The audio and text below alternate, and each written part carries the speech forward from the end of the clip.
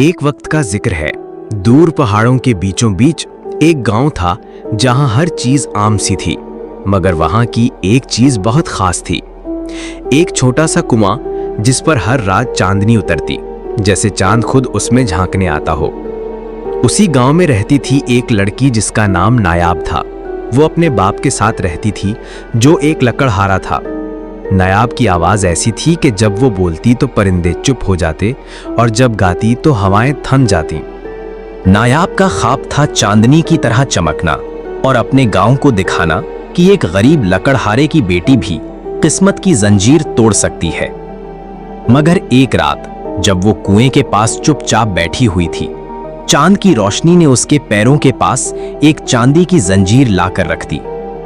نایاب نے زنجیر چھوئی اور ایک روشنی سی اس کے گرد پھیل گئی۔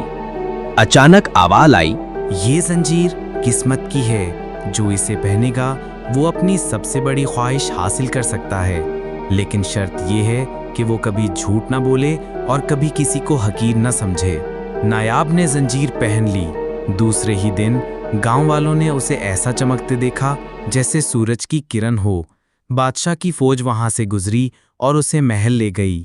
شہزادیوں کی طرح رکھا گیا اور بادشاہ نے کہا، تم ہماری ریاست کی خوش نصیبی ہو، تمہیں شہزادے کا ہاتھ پیش کیا جاتا ہے۔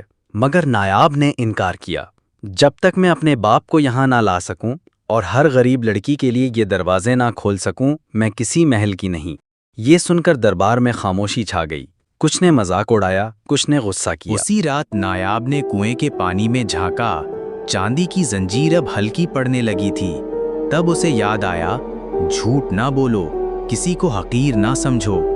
شاید کسی لمحے وہ غرور کر بیٹھی تھی، شاید کسی سوال پر نظر چرائی تھی۔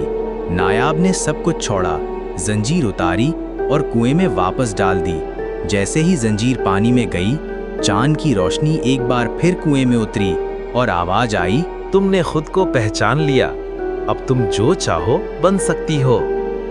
اگلی صبح گاؤں کے باہر ایک نیا اسکول، ایک نیا اسپتال اور لکڑہارے کی بیٹی کی ایک جادوئی لائبریری تھی، جہاں ہر بچی پڑھ سکتی تھی، چاہے وہ کتنی بھی غریب ہو۔ بادشاہ خود اس کے در پر آیا اور ہاتھ جوڑ کر بولا، تم صرف خوبصورت نہیں، تم دانا ہو، اور دانائی ہمیشہ تخت سے بڑی ہوتی ہے۔